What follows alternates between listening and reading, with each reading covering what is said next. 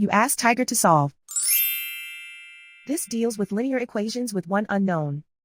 The final result is x equals 60. Let's solve it step by step.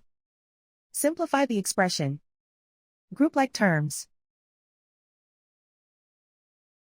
Simplify the arithmetic. Convert the integer into a fraction.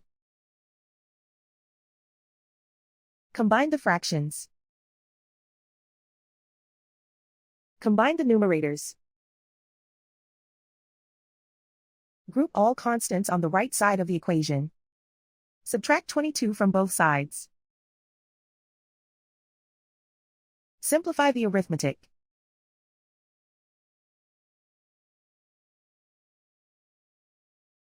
Isolate the x. Multiply both sides by inverse fraction 2 over 5.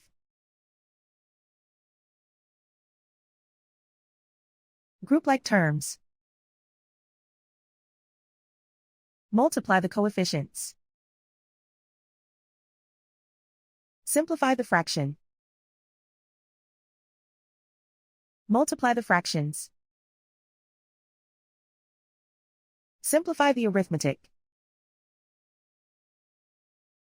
And so the final result is x equals 60.